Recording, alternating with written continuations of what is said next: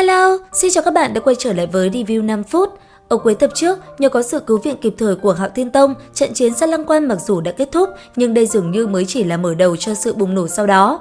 Ngay khi Khai Đại Đế Quốc đang hoàn tất việc rút quân, thì cũng trong lúc này, tại Thiên Sứ Thần Điện, Thiên Nhật Tuyết vẫn đang trong quá trình hoàn thành đệ bát khảo của mình. Đứng giữa trung tâm đại điện, bản thân Thiên Nhật Tuyết mặc dù không nỡ phải rời xa Gia mình, nhưng khao khát thành thần là điều mà trước nay nàng luôn cố gắng để đạt được. Và chính vì sự tồn tại của thiên sứ hắc ám bên trong con người Thiên Nhật Tuyết đã khiến nàng đưa ra quyết định.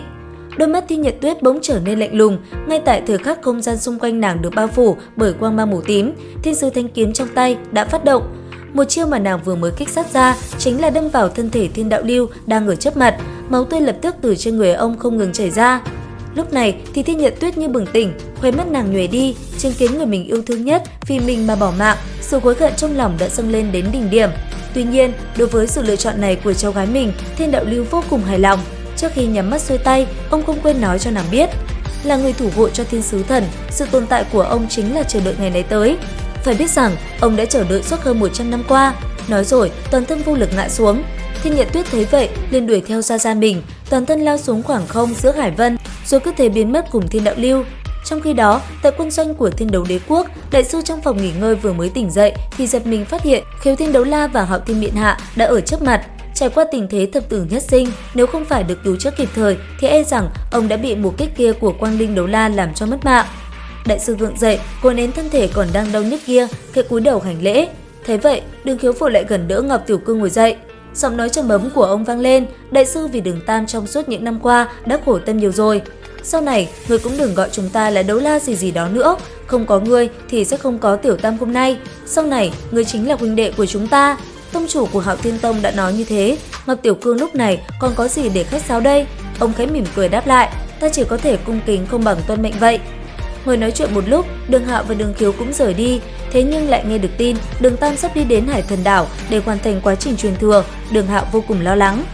Lúc này, Đường Hạo nhìn Đường Khiếu đang đứng một bên, trong mắt bộc lộ ý hỏi, hiểu được lo lắng của em trai mình, Đường Khiếu gật đầu nói: "Truyền cho hắn, trừ Tiểu Tam ra, còn có ai còn có quyền lợi kế thừa Hạo Thiên Đấu La bí kỹ? Càng huống chi, ngay cả tổ phụ lão nhân gia cũng đều đã đem Hạo Thiên lệnh chuyển cho Tiểu Tam rồi. Điều này đại biểu cho lão nhân gia người đồng ý chuyện này rồi. Tiểu Tam tương lai còn phải đối mặt với nhiều tình huống, truyền cho hắn cũng có thể có thêm một loại năng lực để tự bảo vệ mình." Đường Hạo ngay lập tức đã đi tìm con trai mình nói chuyện. Ông bộc lộ rõ sự lo lắng. Đối với chuyện này, Đường Tam dù chỉ nắm chắc 70% thành công, nhưng sự kinh nghị trong mắt hắn đã khiến Đường Hạo tin tưởng phần nào. Lúc này, ông quay qua phía Đường Tam trầm giọng nói: "Tiểu Tam, hôm nay ta sẽ dạy cho ngươi một loại phương pháp tu luyện đặc thù. Phương pháp tu luyện đặc biệt này của Hạo Thiên Tông chúng ta, mỗi một đời chỉ có thể truyền cho một người, cũng không phải tự giữ, mà là phương pháp tu luyện này yêu cầu cực cao đối với người tu luyện. Không phải thiên tài có thiên phú dị bẩm, tuyệt đối không thể tu luyện thành công được, ngược lại còn có thể nguy hiểm tới tính mạng. Môn công pháp tu luyện này tên là Đại Tu Di Truy, Tiểu Tam nhìn cho kỹ đây.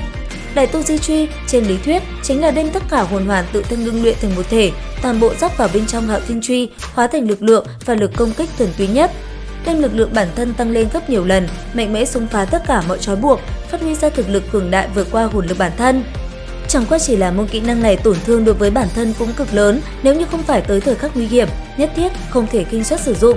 Đường Tam cả kinh nhìn phụ thân, trong lòng đầy kinh hãi. Đường Hạo nghiêm chỉnh nói tiếp: "Cụ cố ngươi từng nói qua môn Đại Tu Di Truy này của Hạo Thiên Tông chúng ta vốn đã nên là thần kỹ, chỉ có đột phá trăm cấp mới có khả năng thi triển toàn mỹ Đại Tu Di Truy. Dựa vào thực lực của con bây giờ cũng không cần thiết phải tận lực luyện tập, ta đem phương pháp tu luyện truyền thụ cho con. Sau khi con nhớ kỹ, đợi thân thể hồi phục xong mới tu luyện cũng không muộn." Nói rồi, Hạo Thiên Truy trong tay Đường Hạo huyễn hóa liên tiếp mấy động tác, mà chứng kiến một màn này, Đường Tam cũng phải thốt lên, thì ra đây chính là sức mạnh sánh ngang với thần cấp sao? Đến đây thì cũng hết tập 241 Đấu La Đại Lục. Xin chào và hẹn gặp lại các bạn ở những video tiếp theo.